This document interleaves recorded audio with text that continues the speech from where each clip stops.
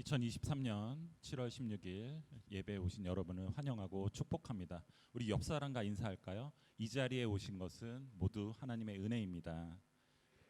모두 하나님의 은혜입니다. 주께서 이 자리에 함께 하실 것입니다. 주께서 이 자리에 함께 하실 것입니다.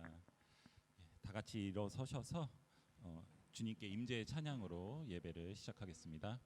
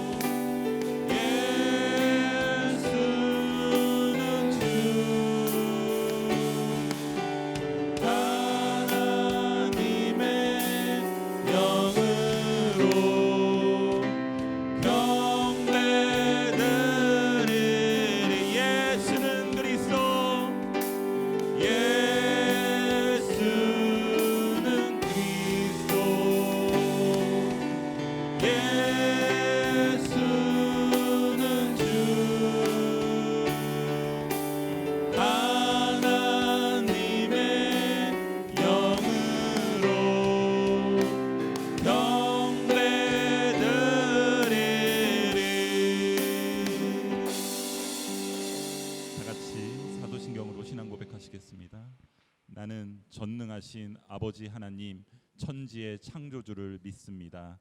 나는 그의 유일하신 아들 우리 주 예수 그리스도를 믿습니다. 그는 성령으로 잉태되어 동정녀 마리아에게서 나시고 본디오 빌라도에게 고난을 받아 십자가에 못 박혀 죽으시고 장사된 지 사흘 만에 죽은 자 가운데서 다시 살아나셨으며 하늘에 오르시어 전능하신 아버지 하나님 우편에 앉아 계시다가 거기로부터 살아있는 자와 죽은 자를 심판하러 오십니다. 나는 성령을 믿으며 거룩한 공교회와 성도의 교제와 죄를 용서받는 것과 몸의 부활과 영생을 믿습니다. 아멘. 다 같이 앉으셔서 주님께 찬양으로 경배드리시겠습니다.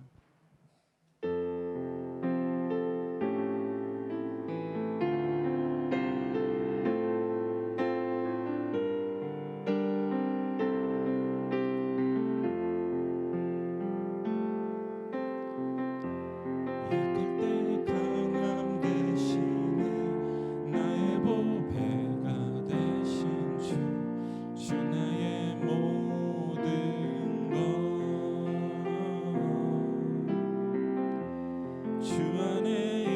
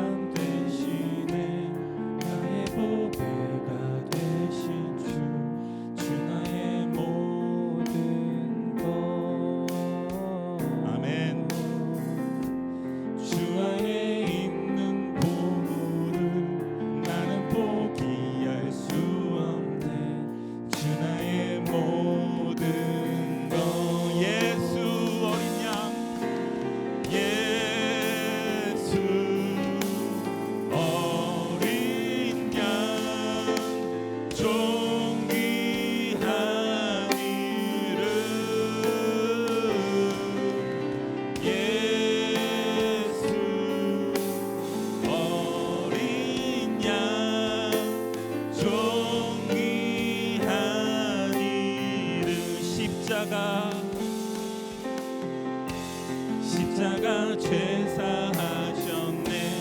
주님의 이름 찬양해. 주 나의 모든 것.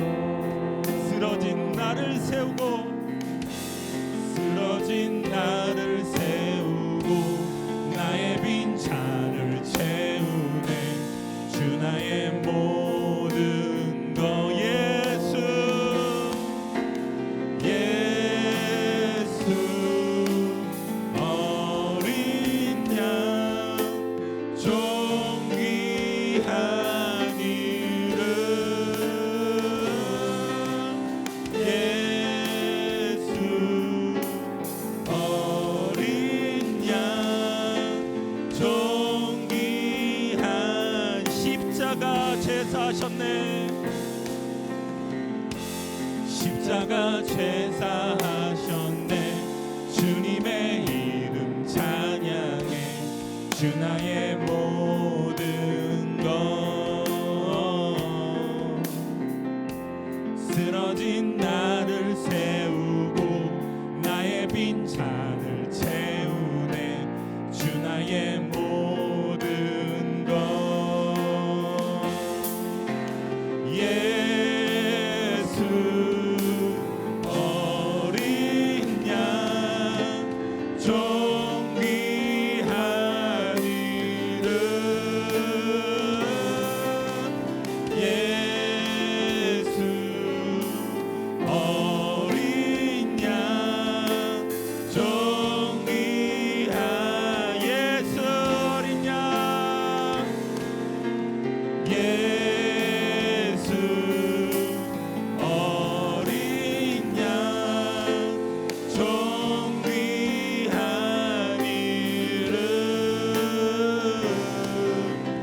예수 어린 양 존귀한 이름. 아멘.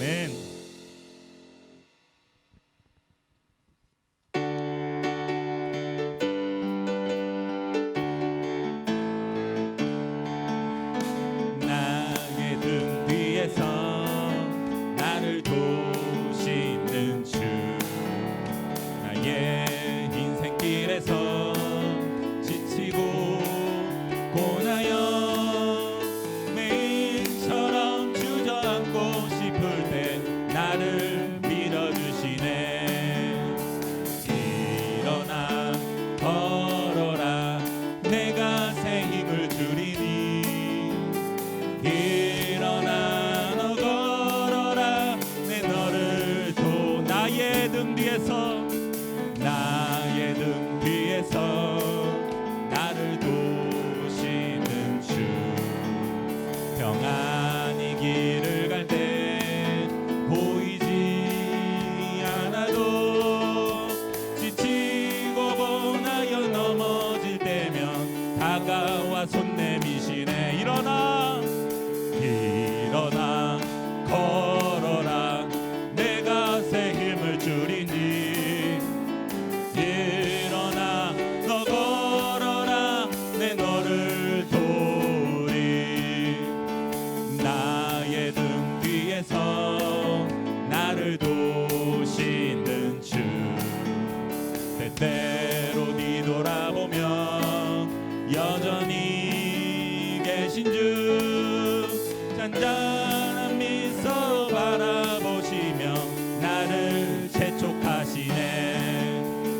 일어나 걸어라 내가 새 힘을 주리니. 일어나 너 걸어라 내 너를. 목소리로 고백하겠습니다. 일어나 걸어라 내가 새 힘을 주리니. 일어나 너 걸어라 내 너를 도우리. 일어나 일어나 걸어라 내가 새 힘을 주리니. 일어나 너 걸어라 한 걸음 한 걸음 한 걸음 한 걸음 주의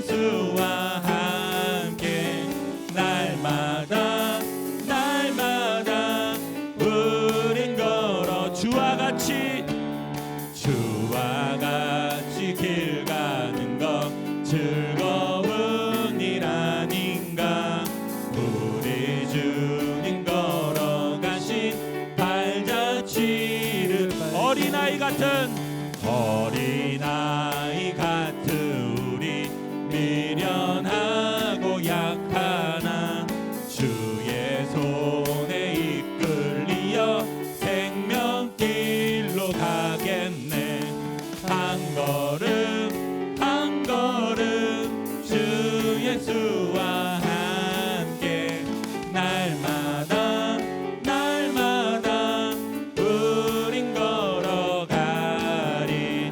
꽃이 피는 들판이나 험한 골짜기라도 주가 인도하는 대로 주와 같이 가겠네. 한 걸음 한 걸음 주 예수와 함께 날마다 날마다 우린 걸어가리. 옛 선지자 에녹같이 우리들도 천국에 들려 올라갈 때까지 주와 같이 가겠네. 한 걸음 한 걸음 주 예수와 함께 날마다 날마다 우린 걸어. 한 걸음 한 걸음 한 걸음 한 걸음 주 예수와 함께 날마다 날마다 우린 걸어. 한 걸음 한 걸음 한 걸음 한 걸음 주 예수와 함께 날마다 날마다 우린 걸어가리.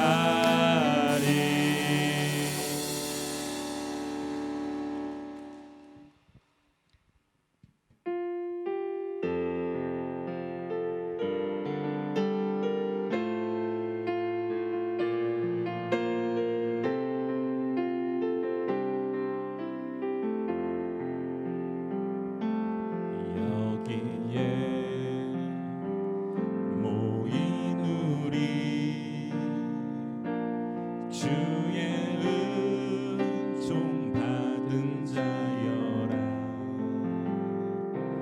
주께서 이 자리에 함께 계심을 아노라. 언제나 주님만은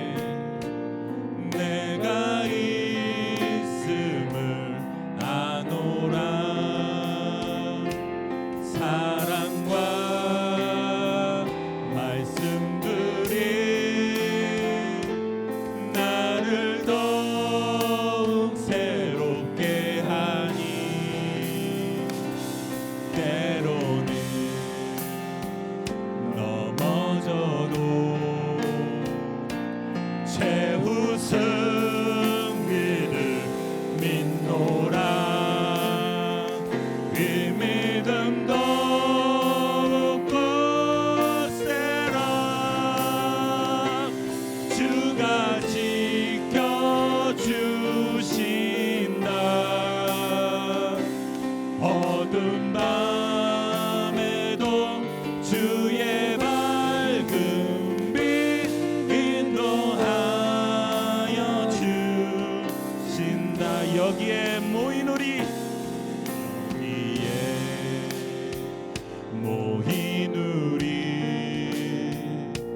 사랑받는 주의 자녀라. 주께서 뜻하신 바 우리 통해 펼치신다. 고통과 슬픔 중에 더욱 주님 의지하오니 어려움 이겨내고 주님 더욱 찬양하리. 이 믿음 더욱 굳세라. 주가 지켜주신다. 어두운 밤에도 주의 밝은 빛 인도하여 주. 이 믿음 더욱 굳세라. 이 믿음 더욱 굳세라. 주가 지켜주신다.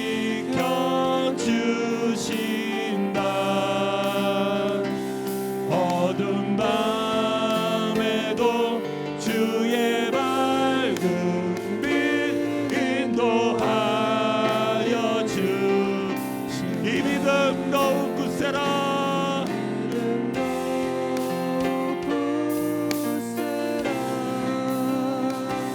주가 지켜주신다.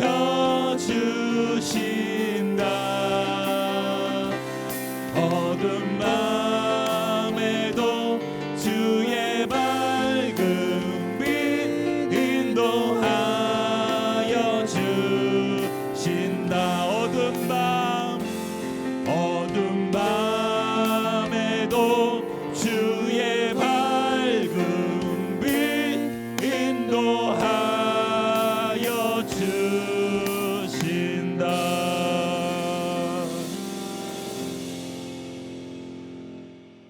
하나님 아버지, 주의 크신 이름을 찬양합니다.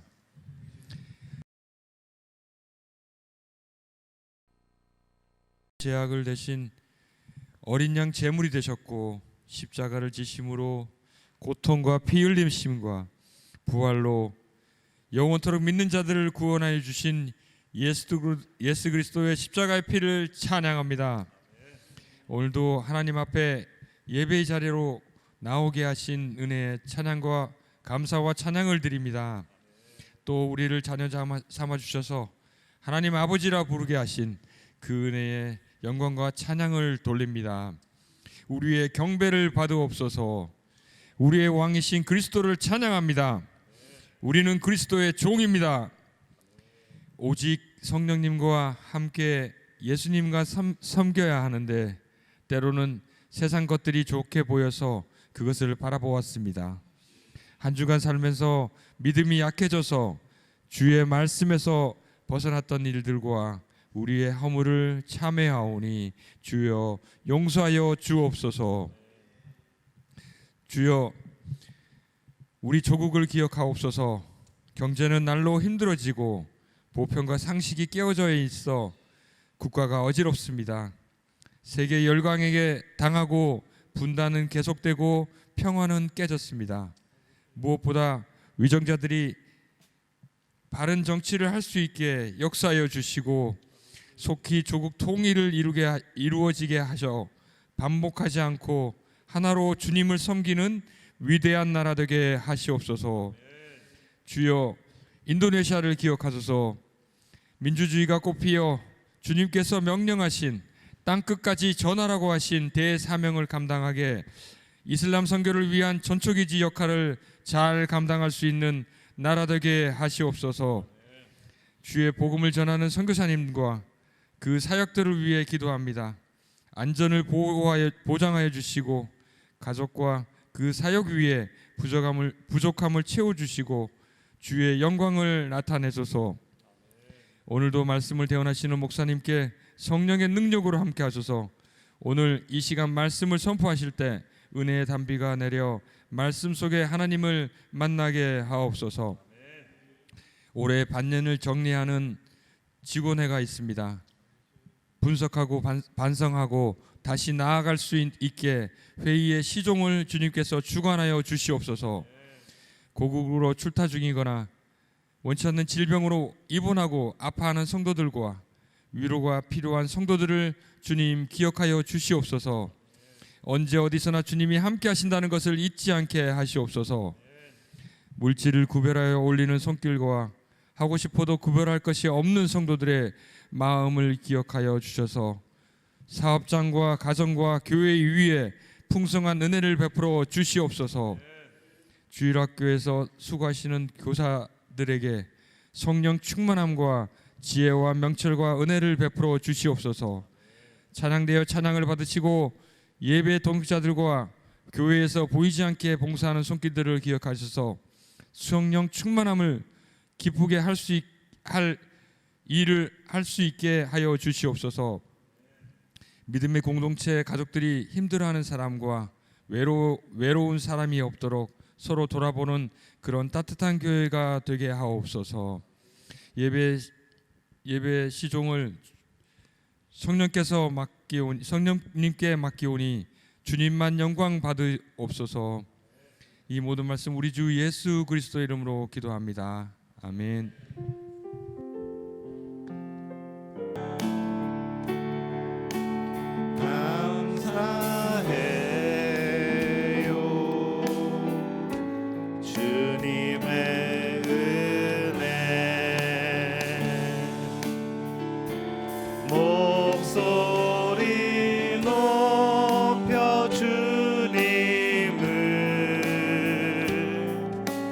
영원히 찬양해요. 나의 전부이신 나의 주님. 일어나서 찬양합니다. 감사해요.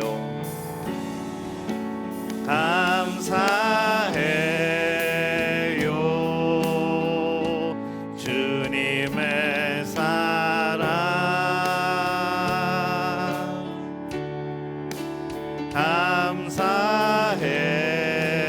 감사해요. 주님의 은혜. 목소리 높여 주님을 영원히 찬양해요. 나의 전부이신 나의 주님. 하나님, 은혜와 사랑에 감사를 드립니다. 한 주간의 주님의 사랑 속에 품어주신 은혜 속에 매 순간을 살아오며 하나님의 함께하심과 그 손의 능하심과 우리와 동행하심을 경험케 하시니 참 감사를 드립니다. 우리가 살아가는 모든 순간이 은혜인 줄로 믿습니다. 우리가 살아가는 모든 순간이 하나님의 긍휼하심인 줄로 믿습니다. 오늘 그 은혜로 살아오며 한 주간의 많은 일들을 기억하며 우리와 동행하신 하나님께 감사하며 예배하오니 이 예배를 주님 받아 주옵소서. 주 앞에 나올 때에 우리의 마음을 표현합니다. 하나님, 11조 예물로 우리의 마음을 드리오니 하나님 이 예물을 받아 주옵소서. 하나님, 우리의 신앙의 고백으로 드립니다. 우리의 모든 것 주님께서 주인 되심을 고백하며 드립니다. 하나님, 이 예물을 받으시고 이 예물이 쓰이는 곳곳마다 주의 몸된 교회가 더욱더 든든하여지며 건강하여지게 하여 주시옵소서. 우리의 삶에서, 우리 가정에서, 우리 직장에서, 우리 사업에서 그 11조가 나란히 늘어가는 놀라운 복을 허락하여 주시옵소서. 오늘 감사의 예물로 주 앞에 드립니다. 우리의 마음 표현할 길 없어 하나님 앞에 드리며 또한 예물로서 표현하오니 하나님이 예물 받아 주옵소서. 감사 예물을 드리며 그 기쁨을 누리게 하여 주옵소서. 주님과 동행함이 진정한 감사가 되게 도와 주옵소서. 예수를 믿음이 나에게 큰 복임을 깨닫게 도와 주옵소서. 이 감사는 우리의 마음 주님 받아 주옵소서. 오늘 선교 헌금으로 또 구역 헌금으로 주 앞에 드립니다. 하나님, 이 예물 쓰여지는 곳곳마다 주의 복음이 퍼져나가게 도와 주옵소서. 그 복음의 능력이 나타나고 성령의 충만한 역사가 나타나고 이 땅이 주의 복음으로 물들여지는 그 일에 이 예물이 쓰여지게 하여 주옵소서. 오늘 함께 이 예물을 드리며 하나님 앞에 기도하오니 우리들이 그 선교 사역에 동참하여 주의 복음 사역에 함께하는 복된 역사 이루어 주시옵소서. 오늘 주일 헌금으로 주 앞에 드립니다. 우리의 마음이, 우리의 심령이, 또 우리의 모든 생각과 우리의 모든 뜻이 하나님 앞에 온전히 드려지기를 원합니다. 거룩한 산제물로 드려지기를 원합니다. 이 모든 마음 예물과 함께 주 앞에 드리오니 주님 받아 주옵소서. 주님 바랐고 원하오니 우리 믿음의 가족들의 영육간의 건강함 허락하여 주옵소서. 육체의 약함으로 인하여서 신음하며 고통받으며 때로는 간절한 소망 가운데 하나님 품에 안기기를 원하는 많은 이들 주님 기억하사 저들에게 힘 주시고 능력 주시고 그리스도의 보혈의 십자가의 은혜로 깨끗하게 씻어 주시옵소서. 일어나며 또한 깨달아지며 더욱더 건강하여지며 주 앞에 부지런하여지며 우리의 삶이 놀랍게 변화되어지는 역사가 나타나게 도와 주옵소서. 영적으로 침체되어 있는 자들이 다시 한번 예수 그리스도의 은혜와 성령의 충만함을 입게 도와 주옵소서. 은사가 필요한 이들에게 은사를 부어 주옵소서. 주님의 놀라운 역사가 필요한 이들에게 그 놀라운 능력들을 나타내 주옵소서. 주님의 위로가 필요한 이들에게 주님 위로하여 주옵소서. 나 혼자 있는 이들에게 하나님께서 찾아가 주시어서 저들의 심령을 안아주시고 주의 품 안에서 다시 한번 자유함을 누릴 수 있도록 주님 역사하여 주옵소서. 우리 삶을 괴롭히며 우리를 유혹하며 죄 가운데로 이끌어가는 사탄 마귀의 역사를 예수 그리스도의 이름으로 물리치는 우리 모두가 되어지게 도와 주옵소서.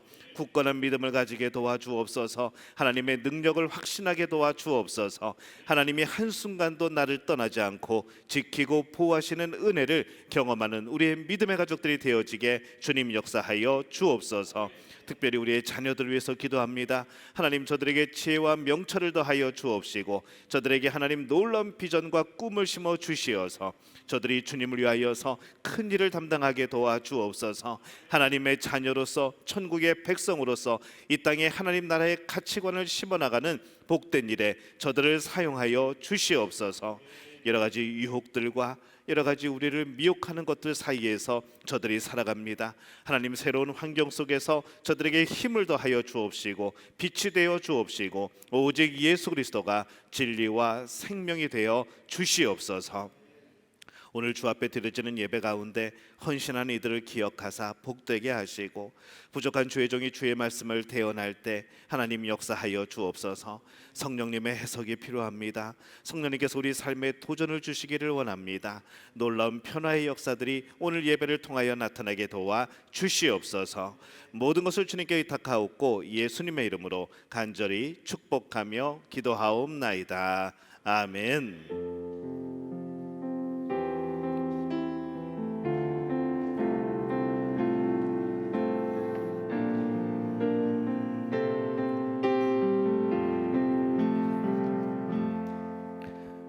교회 소식 함께 나누겠습니다. 우리 주보를 참조해 주시기를 바랍니다. 우리 7월을 성령과 동행하며 살아가는 우리 믿음의 가족들에게 하나님께서 주시는 평강의 복이 넘쳐나시기를 예수님의 이름으로 축복합니다.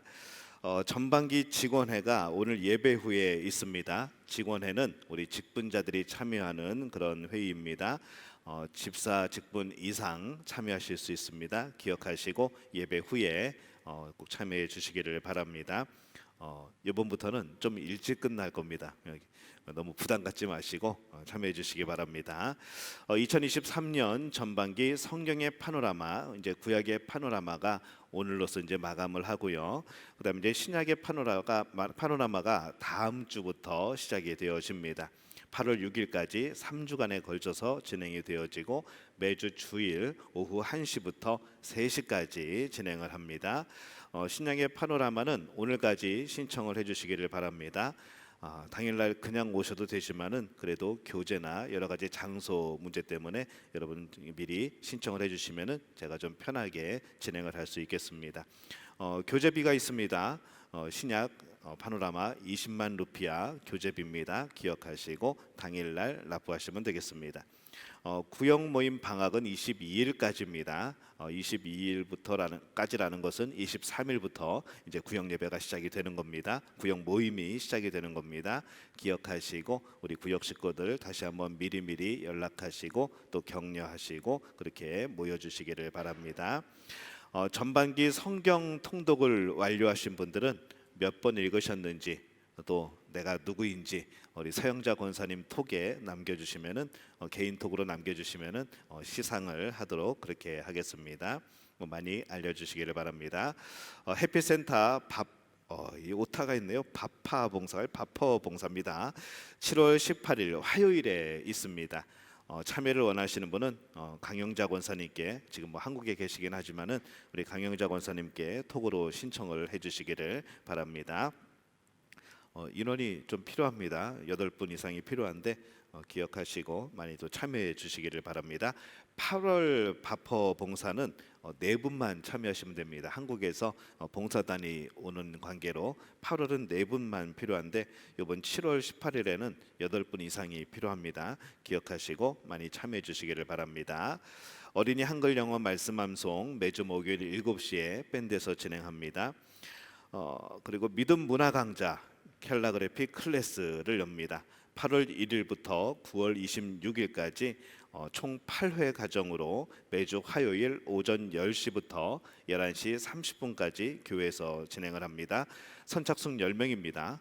너무 많아도 이제 퀄리티가 떨어지기 때문에 10명만 딱 모집을 받습니다. 선생님은 서영자 권사님이십니다. 자격증을 취득하시고 각종 전시회와 많은 작품들을 교회에 전시하셨는데 우리 또 서영자 권사님께서 이 클래스를 운영을 하십니다. 강좌비는 50만 루피아입니다. 작품 재료비는 별도로 또 모금을 합니다. 그렇게 기억하시고 주변에도 알려주시고 우리 성도님들도 많이 참여해 주시기를 바랍니다. 우리 지난 주간에 소천 소식이 있습니다. 우리 정정조 성도님, 한상수 집사님 모친 되십니다. 우리 박선아 집사님 시모 되시고요. 7월 12일 날 장례를 모셨습니다. 또 우리 위로해 주시고 또 여러분 또 개인적으로도 많이 또 격려해 주시기를 바랍니다. 지난 주간에 또 우리 홍남수 성도님 조부상을 당했었습니다. 주변은 싫지 못했지만은 우리 홍남수 성도님 또 하나님의 은혜 가운데 귀한 위로와 또 하나님의 주신 소망을 얻기를 바랍니다. 함께 기도해 주실 때에 우리 대입 수험생 위해서 기도해 주시고 또 우리 허승희 선교사님 건강을 위해서 우리 고유민 전도사님 제가 알기로는 20일 날 이제 수술을 하여서 이제 출산을 앞두고 있습니다. 계속해서 기도해 주시고 좋은 소식 이제 곧 들릴 겁니다. 위에서 계속 중보해 주시기를 바랍니다. 우리 현지 교회 자립, 우리 따만피르다우스 교회 이제 일정을 이제 잡고 8월 초에 이제 자립하여서 예배를 드리게 될 겁니다. 위에서 계속해서 기도해 주시고 또 마음으로 함께 동참해 주시기를 바랍니다. 우리 후원 단체 교회 모두가 하나님 안에서 또 온전히 설 수 있도록 또 하나님 안에서 놀라운 부흥의 역사가 이루어지도록 계속해서 기도해 주시기를 바랍니다. 우리 부흥성회를 합니다. 날짜는 9월 8일 금요일, 그다음에 9일 토요일, 10일 주일 이렇게 3번을 집회를 갖습니다. 9월 8일 금요일은 저녁에 또 토요일도 저녁에 그리고 주일은 오전에 이렇게 3번의 집회를 갖습니다. 우리 강사부는 유동선 원로 목사님, 우리 기독교대한 선교교회 증경 총회장이셨고 지금은 베트남 순회 선교사로 성경을 번역하여서 인쇄하고 보급하는 일을 지금 하고 계십니다. 우리 잠깐 또 이제 인도네시아 들어오셔서 또 집회를 하시게 됐고 제가 한 15년 동안 모신 목사님입니다. 오셔서 부흥회 진행을 합니다. 좀 여러분에게 협조를 구할 것은요.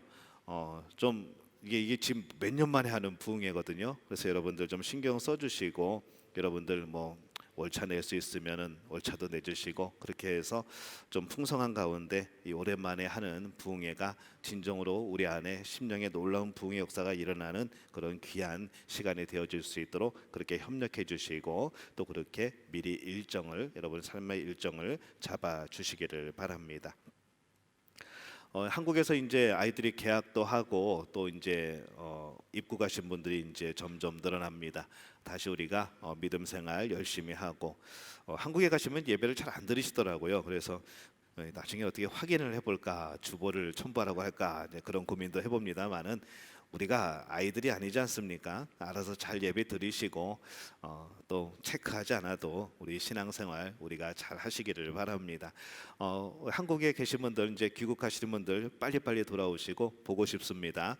빨리 오시기를 바랍니다. 그리고 오셨으면은 교회를 나오시기를 바랍니다. 예. 오셨는데 아무리 안 오신 척해도 금방 소식이 들립니다. 그러니까 오신 분들은 빨리빨리 오셔서 예배 드리시기를 바랍니다. 오늘 우리에게 주신 하나님의 말씀 함께 봅니다. 신약성경 히브리서 4장 14절에서 16절까지의 말씀. 제 성경으로는 신약성경 355페이지입니다.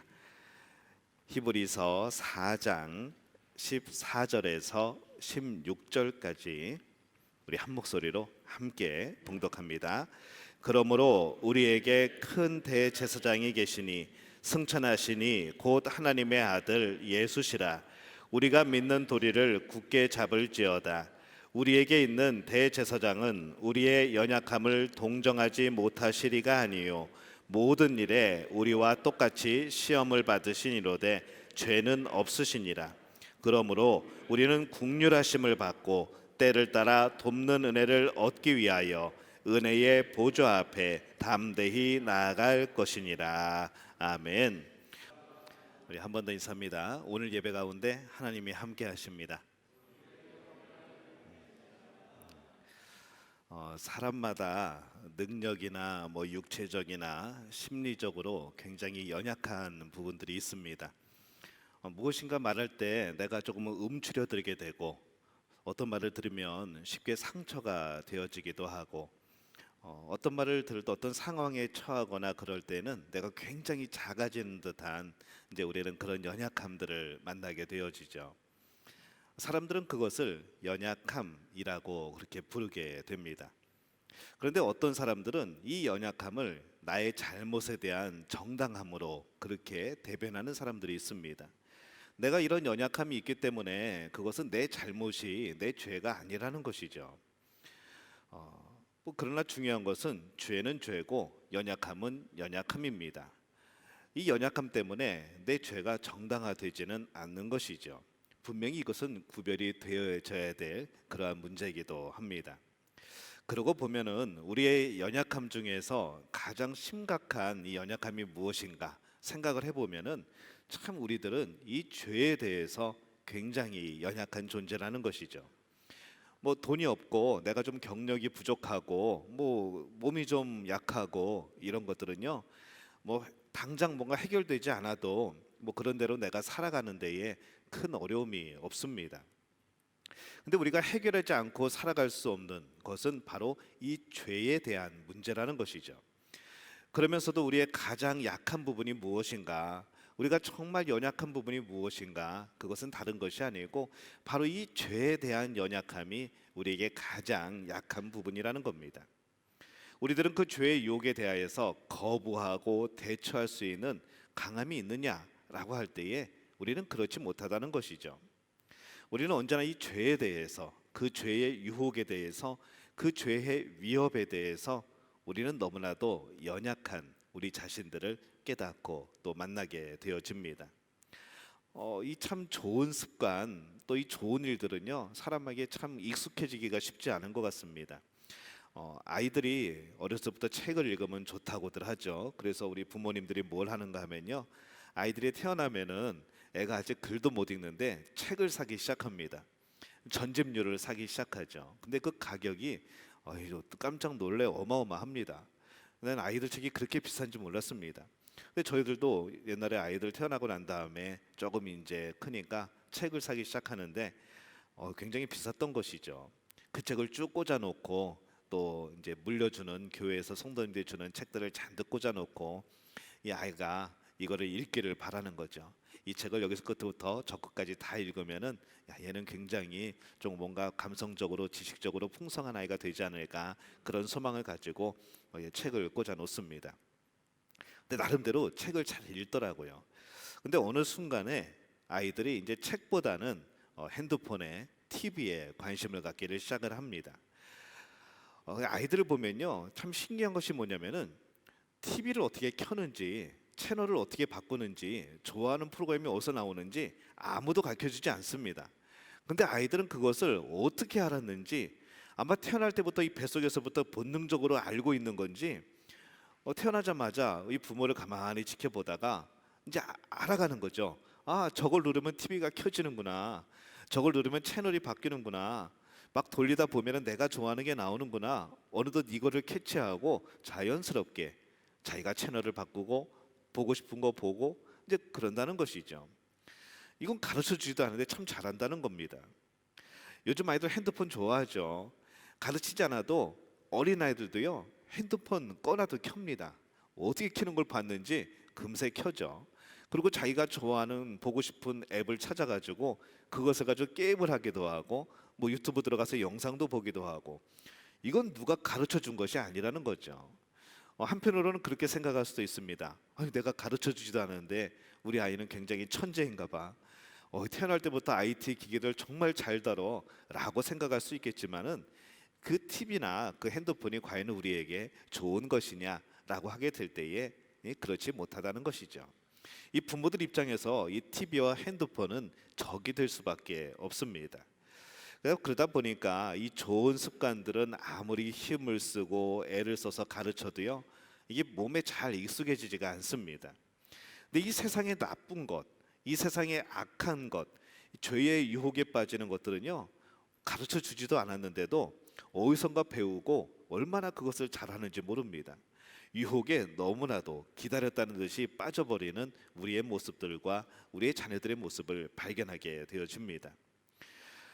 우리의 연약함은 그래서 바로 죄라는 것이죠. 우리의 가장 큰 연약함은 죄입니다. 우리는 다른 이들의 부족함, 약함을 도와줍니다. 그러고 싶어 하죠.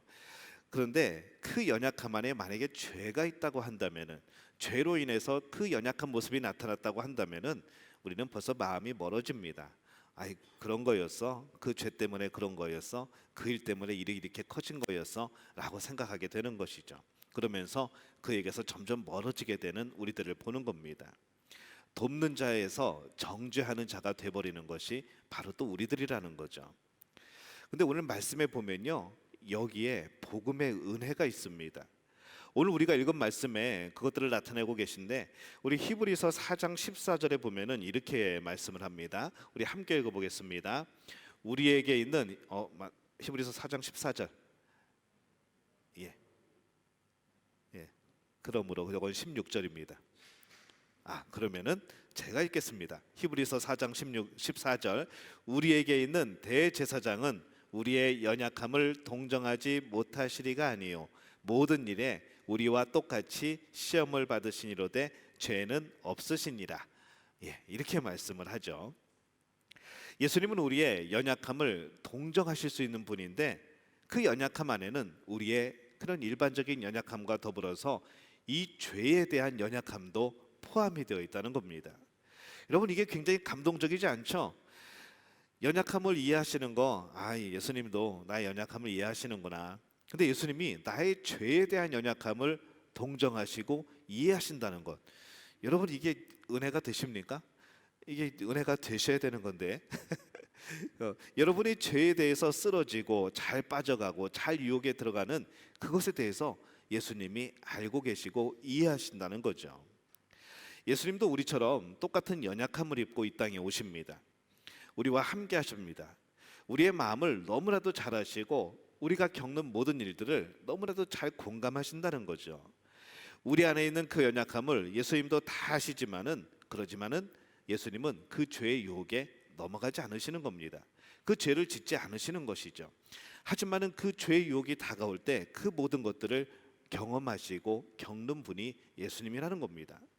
만약에 예수님이 그냥 육체를 입고 오지 않으시고 그냥 신으로서 인성을 갖지 않고 신성만 가지고 이 땅에 오셨다고 그러면은 어떻게 예수님이 우리를 이해를 합니까? 우리의 아픈 것, 우리의 마음 상하는 것, 우리의 인간관계 속에서 상처받는 것, 이런 거 어떻게 이해를 하십니까? 우리가 신앙생활하면서 겪는 여러 가지 불편함들과 신앙생활하면서 여러 가지 겪는 마음의 아픈 상처들과 이런 것들을 만약에 그냥 신성으로 오셨다면은 어떻게 그 예수님이 이해를 하시겠습니까?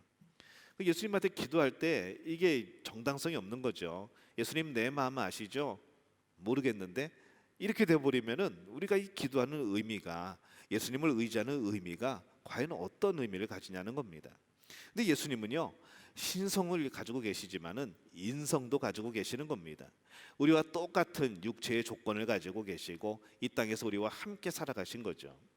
그래서 우리가 겪는 감정, 우리가 겪는 여러 가지 육체적인 불편함들, 우리가 생각하는 많은 것들이 예수님도 똑같이 경험을 하시는 겁니다. 그렇지만 그는 죄를 짓지 않으시는 것이죠.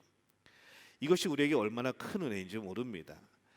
도대체 무슨 말인지 알지 못하는 신에게 기도를 한다는 것, 나의 마음을 전혀 이해할 수 없는 분에게 무언가를 기도하고 바라고 소망한다는 것, 이것이 얼마나 허황되고 이것이 얼마나 험한 것이라는 것을 우리가 너무 잘 알지 않습니까? 내 상황을 이해해주고 내 마음을 알아주고 그도 그런 경험이 있어서 내가 지금 어떠한 상황인지 내 마음을 너무나도 잘 알고 나의 편에서 이해해 줄 수 있고 나의 편에서 생각해 줄 수 있고 나의 편에서 좋은 길을 인도해 줄 수 있는 그런 분이시라고 한다면은 우리는 그분에게 마음을 드리게 되는 것이죠. 근데 바로 예수님이 그러한 분이시라는 겁니다. 죄는 없으신 분, 하지만 우리의 연약한 모든 것들을 다 알고 이해하고 공감하시는 분. 근데 그 예수님이 우리의 그 죄까지도, 그 죄에 대한 우리의 연약함까지도 모두 다 공감하시고 품어주시는 분이다. 오늘 성경은 그렇게 말씀을 하고 있습니다. 사사기에 보면요, 400년 동안 이 사사 시대에 보면은 이들이 죄를 짓고 심판받고 그럴 때 또 이제 회개하고 부르짖죠. 하나님 구해주세요. 하나님이 또 구해주십니다. 그러면 또 하나님을 떠나죠. 또 죄를 짓습니다. 또 이것을 400년 동안에 7번을 반복을 합니다. 우리 구약의 파노라마 때 열심히 배우죠. 이 똑같은 상황을 7번이나 반복을 하는 거죠. 그들이 얼마나 많은 죄를 짓습니까? 한두 번 하시다가 야, 니네는 도저히 안 되겠다. 내가 2번이나 용서해 줬는데 2번이나 구원해 줬는데 또 그래? 아니, 니네 그냥 끝. 그러면 끝날 건데 하나님이 그렇지 않다는 것이죠. 400년입니다. 7번 동안 똑같은 세대에 걸쳐서 지나가는 똑같은 반복되는 일들에 대해서 하나님이 계속 품어주신다는 것이죠. 언제 품어주셨는가?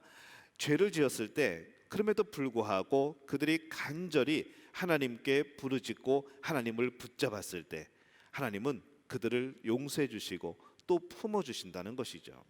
그것이 바로 우리가 섬기는, 우리가 주인됨을 고백하는 하나님의 마음입니다. 히브리서 4장 16절에 보면 이렇게 말씀을 합니다. 그러므로 우리는 긍휼하심을 받고 때를 따라 돕는 은혜를 얻기 위하여 은혜의 보좌 앞에 담대히 나아갈 것이니라. 이렇게 말씀을 합니다. 우리는 하나님의 긍휼 없이는, 은혜 없이는 한순간도 살아갈 수 없는 존재입니다.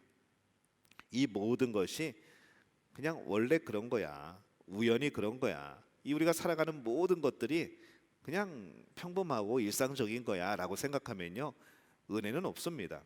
근데 우리가 살아가는 모든 순간들이 하나님이 허락하셨고 하나님이 베풀어 주셨고 하나님이 보호해 주셨고 하나님께서 함께 하신다고 생각하면요, 우리의 모든 순간들은 은혜가 되어진다는 것이죠. 아, 이게 하나님의 은혜구나. 오늘 내가 아침에 눈을 뜬 거 이거 하나님의 은혜구나. 오늘 밤에 평안하게 내가 잘 수 있는 거, 하루를 무사히 마치고 잠자리에 누울 수 있는 거 하나님의 은혜구나. 오늘 내가 공기를 마시고 물을 마시고 햇볕을 쬐고 오늘 내가 운행을 하고 여러 가지 일들 하는 가운데서도 하나님이 함께 하신 것이라는 것이 느껴지면은 우리는 그게 은혜가 된다는 것이죠. 그래서 우리는 하나님의 긍휼하심, 하나님의 은혜 없이는 한순간도 살아갈 수 없는 그러한 존재입니다. 그래서 우리는 하나님 앞에 나아갈 수밖에 없다는 것이죠. 하나님과 멀어져서는 살아갈 수 없는 존재가 바로 우리들이라는 겁니다.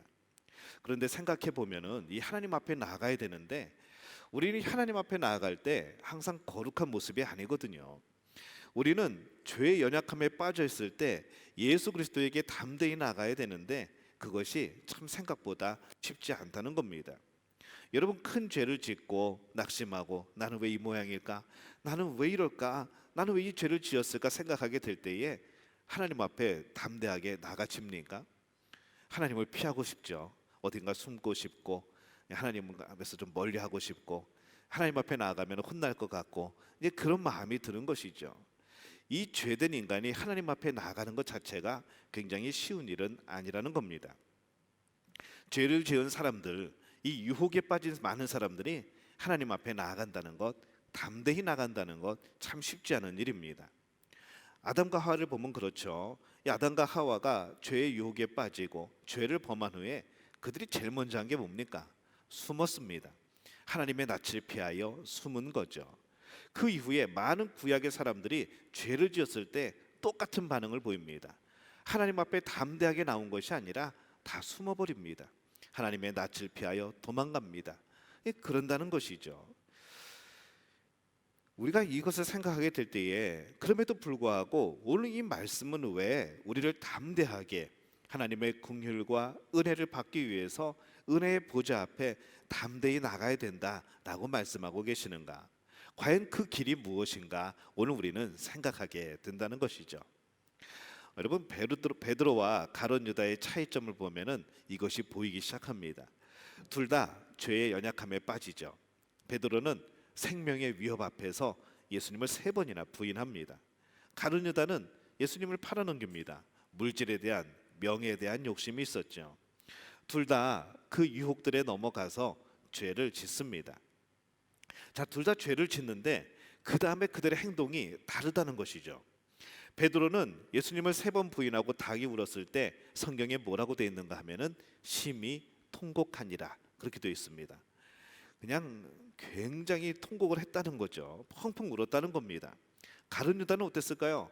그도 뉘우쳤습니다. 내가 이걸 잘못했구나. 내가 내 스승을 팔았구나. 그러고 나서 한 일이 무엇인가 하면요, 제사장에게 찾아갑니다. 그리고 예수님을 판 돈을 다시 돌려줍니다. 그리고 목숨을 끊어버립니다. 똑같은 죄를 저질렀는데 이 베드로와 가룟 유다의 삶은 너무나도 달랐던 겁니다. 죄는 우리가 생각하는 이 연약함과는 다릅니다. 그 죄에 대한 연약함을 잘 이해해야 됩니다. 그리고 그것을 잘 이해해야 그 다음에 우리가 어떻게 하나님의 은혜의 보좌 앞에 나갈 수 있는가, 그 어떤 모습으로 나가야 되는가, 바로 그것을 알 수 있다는 것이죠. 그래서 오늘 말씀이 정말 중요한 말씀이고 오늘 말씀이 굉장히 은혜의 말씀이 되어지는 겁니다. 우리가 죄의 유혹을 이긴다는 거 참 쉽지 않습니다. 그런데 우리들에게 이 죄가 벌을 받는 이유가 아니라 우리의 연약함으로 인식이 되어질 수만 있다면, 그게 우리의 연약함으로 인식이 되어지면은 우리는 하나님 앞에 나아갈 수 있는 길이 열린다는 겁니다. 근데 우리가 이 죄의 연약함을 인식이 되어지면 어떤 행동이 나타나는가? 이 행동이 중요하다는 것이죠. 우리의 연약함은요, 우리를 간절하게 만듭니다. 한번 따라해 볼까요? 우리의 연약함은 우리를 간절하게 만든다. 우리 연약함의 여러 가지 문제들은요, 우리를 하나님 앞에 굉장히 간절하게 만듭니다. 하나님 앞에 굉장히 간절하게 매달리게 하는 것이죠. 그렇다면 이 죄에 대한 우리의 연약함 또한 죄가 죄로 끝나서는 안 되는 겁니다. 우리는 자꾸 죄를 죄로 끝내려고 합니다. 죄를 악으로 끝내려고 합니다. 죄를 심판으로 끝내려고 하는 것이죠. 이렇게 죄가 그대로 유지되고 그 싹스로 끝나서는 안 되는 겁니다. 하나님 앞에 연약함이 되어져야 된다는 것이죠. 하나님, 이 죄에 대한 연약함이 나에게 있습니다. 하나님, 이 죄에 대해서 내가 또 넘어졌습니다. 이 간절히 하나님을 바라보는 이 모습이 우리에게서 나타나야 된다는 것이죠. 베드로가 자기의 죄를 깨달았을 때 그는 통곡합니다. 예수님이 미리 알려줬죠. 너 그렇게 할 거야. 똑같이 합니다. 3번 부인하죠. 내가 예수님을 왜 부인했을까? 예수님이 미리 알려줬는데 난 정말 어쩔 수 없는 존재이구나. 감추려는 마음도, 이 죄의식에서 벗어나려는 마음도 다 그는 내려놓습니다. 그리고 3번이나 부인한, 예수님을 부인한 그 자리에서 그가 통곡했을 때 그 죄는 주님에게 죄의 연약함으로 안겨지게 되는 것이죠. 여러분, 이게 이해가 되십니까? 죄를 졌는데 이것이 예수님에게 죄의 연약함으로 인식되어지는 것. 가룟 유다는 그렇지 못했다는 것이죠. 자기의 잘못이 뭔 줄 압니다. 그리고 잘못이 뭔지 알기 때문에 그것을 해결하려고 하죠. 그런데 그 해결하는 방법이 뭡니까? 돈의 욕심 때문에 지금 일이 벌어졌으니까 돈을 돌려주면 되겠지라고 생각을 하는 거죠. 그러면 내 죄가 좀 덜해지겠지. 내가 이 예수님을 판 게 용서가 되겠지라고 생각했던 것이죠. 내가 마음이 좀 더 편해지겠지. 근데 이런 방법이 아니라는 겁니다. 정말 우리가 죄의 연약함 가운데 있고 죄가 우리의 연약함의 모습이라고 깨달음이 있어진다면 죄에 대한 우리의 태도를 분명히 해야 된다는 것이죠. 근데 우리들은 죄에 대해서 이런 모습을 보일 때가 많습니다. 우리들이 하나님 앞에 나와서 기도하면서 우리는 그런 기도 가끔 합니다. 내가 알고 지은 죄, 내가 모르고 지은 죄, 하나님 무조건 용서해 주시옵소서. 뭔지 모르겠지만 내 죄가 구체적으로 뭔지는 모르겠지만 하나님 회개합니다. 용서해 주옵소서. 만약에 그때에 그 기도를 하고 있는데 하나님이 갑자기 나타나셔가지고 너 뭘 잘못했는데? 라고 물으신다면 여러분은 어떻게 대답을 할 것 같습니까? 사극에서는 어떻게 나오는가 하면은 네 죄를 네가 알렸다 그러면은 각자 곰곰이 생각해 보다가 죄를 찾아내죠. 그러고 나서 그냥 죽여주옵소서라고 대답을 합니다. 그게 사극에 나오는 모습이죠. 근데 우리가 그럴 때가 많다는 겁니다. 뭔지 잘 모릅니다. 하나님 용서해 주세요. 하나님께서 말씀하시는 거죠. 내가 뭘 용서해 줄까? 생각이 안 난다는 것이죠. 용서는 해달라고 했는데 이 죄에 대한 인식도 없고 죄에 대한 연약함에 대한 인식도 없고 고백도 없다는 것이죠. 뭔가 잘못한 것 같은데 뭔가 불편하긴 한데 그래도 내가 은혜 받아야 되니까, 내가 복 받아야 되니까 일단 하나님 무조건 용서해 주십시오 라고 하나님 앞에 나오는 모습이 우리들이라는 것이죠. 이런 마음은 아니라는 겁니다. 또 어떤 경우는 이 죄에 대해서 깨닫고 난 다음에 굉장히 성인이 되는 분들이 있습니다. 내 죄를 깨달았다고 합니다. 내가 이런 죄를 깨달았어. 그리고 갑자기 큰 깨달음을 얻은 그런 성인들처럼 굉장히 그것으로 만족해하는 분들이 계십니다. 난 이런 죄의 연약함을 가지고 있었네. 이런 부분에 대해서 난 참 연약한 것 같아. 이런 죄에 대해서 난 참 부족해. 이건 참 좋은 겁니다. 근데 문제는 거기서 끝난다는 것이죠. 난 이런 부분에 참 연약해. 그 뒤에 따라오는 것이 없다는 겁니다. 뭔가 큰 것을 깨달았는데 거기서 멈추는 것이죠. 죄는 인식을 했는데 더 이상 앞으로 나아가지를 못합니다. 그렇게 되면은 이 죄의 그 죄의 연약함이 하나님 앞에서의 나의 연약함이 되지 않는다는 것이죠. 내가 그냥 깨달은 것이죠. 가룟 유다 그냥 깨달았습니다. 그리고 하는 방법은 자기의 인간적인 방법으로 그걸 해결해 보려고 했던 것이죠. 어떻게 죄인된 인간이 그 죄를 스스로 용서를 합니까? 그런 건 없습니다. 죄는 죄 없으신 분이 용서하는 겁니다. 우리를 창조하신 분이, 우리의 주인 되신 분이 용서하시는 겁니다. 근데 우리는 자꾸 우리 죄를 우리가 깨달아서 용서받으려고 하는 것이죠. 깨닫는다고 용서가 되어집니까? 아니라는 것이죠. 어디에서는 깨달으면 구원받는다고 그럽니다. 어디에서는 깨달으면, 죄를 깨달으면 용서받는다고 그럽니다. 깨달은다고 용서받는 게 아니라는 것이죠. 그러면 깨달음을 가지고 하나님 앞에 구체적으로 간절하게 나와야 되는 겁니다. 그러나 정말 죄가 연약함이 되면은 그것은 나의 간절함이 되어진다는 것이죠.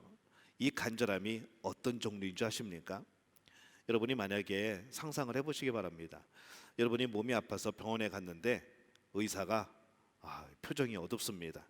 그러면서 가족을 데리고 오라고 그럽니다. 그러면서 하는 말이 뭔가 하면은 이 병은 더 이상 치료 방법이 없습니다. 이 말을 듣는 거죠. 와, 그때 여러분 마음이 어떻겠습니까? 우리가 살아가면서 한두 번쯤은 생각해보고 한번 그렇게 상상해보는 그런 일들 아닙니까? 여러분 그랬을 때 여러분 마음이 어떨까요? 이제 붙들 분이 누구밖에 없습니까? 하나님밖에 없는 거죠. 그 간절함. 여러분 죄는 그렇게 간절해야 되는 겁니다. 치료하는 방법이 없다고 그 말을 듣고 하나님 앞에서 나의 인생을 다 내어놓고 통곡하며 하나님 앞에 그 문제를 맡기고 나의 삶을 맡길 때의 그 간절함.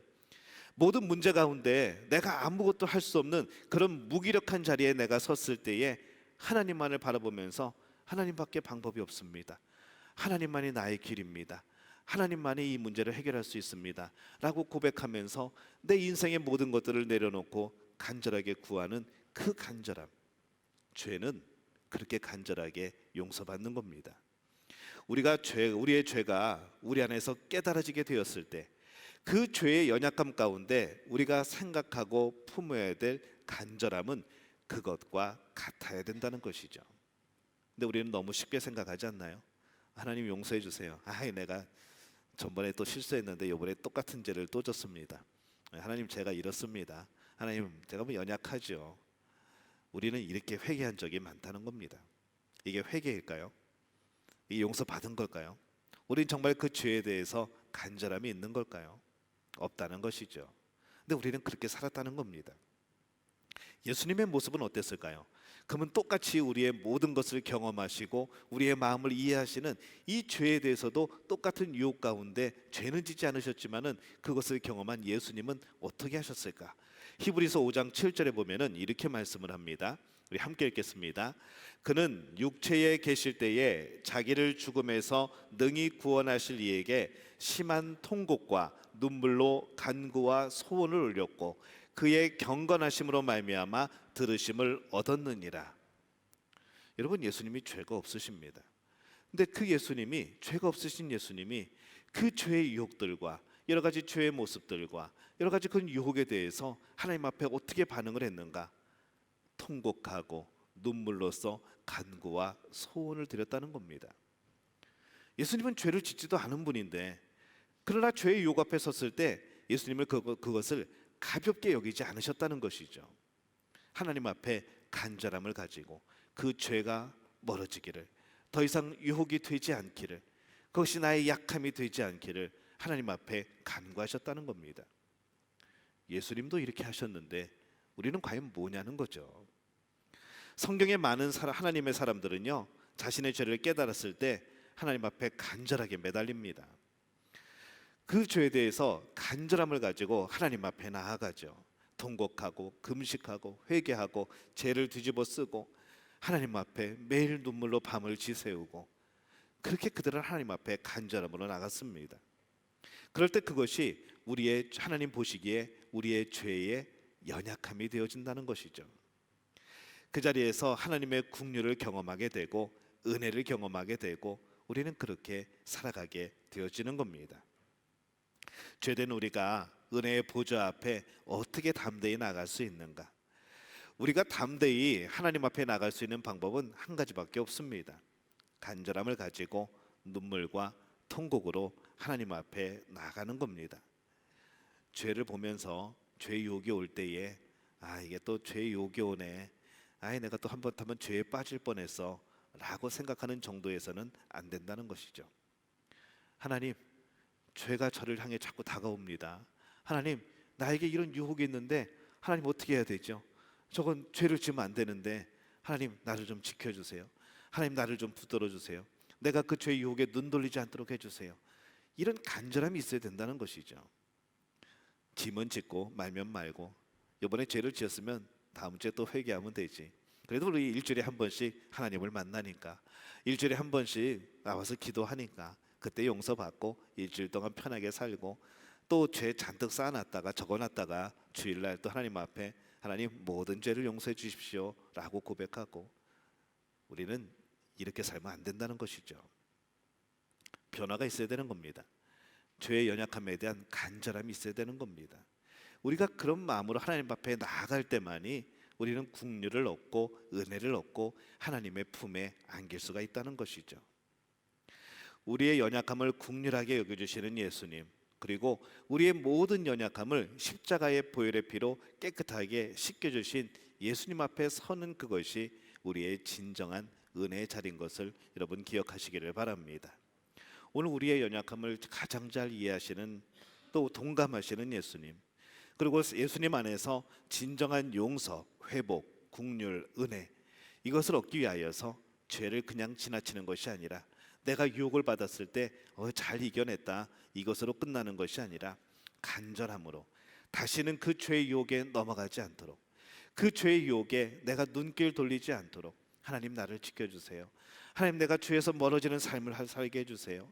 이 죄가 나를 향해서 날마다 달려오는데 하나님 내가 거룩하기를 원합니다. 하나님 제발 좀 나를 도와주세요 라고 하는 이 간절함이 우리에게 있어야 합니다. 오늘 이 간절함으로 하나님 앞에 서는, 그래서 이 죄의 연약함을 하나님이 인정하시고 우리를 품어주시고 우리를 보호하시는 놀라운 은혜의 역사가 우리의 믿음의 가족들에게 넘쳐나게 되시기를 예수님의 이름으로 축원합니다. 우리 잠깐 기도하겠습니다. 하나님, 은혜와 사랑에 감사를 드립니다. 오늘 하나님 주시는 은혜 속에서 오늘 하나님의 또한 긍휼하심을 바라보며 우리가 죄에 대한 연약함을 가지고 우리의 부족한 모습들을 가지고 하나님 앞에 섭니다. 하나님, 간절히 구합니다. 우리를 죄에서 멀어지게 하여 주옵소서. 죄를 그냥 보고 넘기는 우리가 아니라 그 죄의 유혹을 잠시 한번 이겼다고 그것에 만족하는 우리가 아니라 진정으로 그 죄에 대해서 뉘우치고 돌아서고 바라보지 않으려고 하는 이 간절함이 있게 도와주옵소서. 오늘 우리를 향하여서 그 품을, 그 팔을 벌리시고 우리를 안아주시기 위하여 기다리시는 예수님을 바라봅니다. 오늘 그 품에 안기기를 원합니다. 우리의 연약함을 치유받기를 원합니다. 주님 우리를 도와 주시옵소서. 이제는 우리 주 예수 그리스도의 은혜와 하나님 아버지의 극진하신 사랑하심과 성령의 인도하심이 오늘 주님을 바라보며 우리의 죄에 대한 연약함을 하나님께 가지고 나아가기를 원하는 우리 믿음의 가족들의 머리 위에 영원토록 함께 하시기를 간절히 축원하옵나이다. 아멘.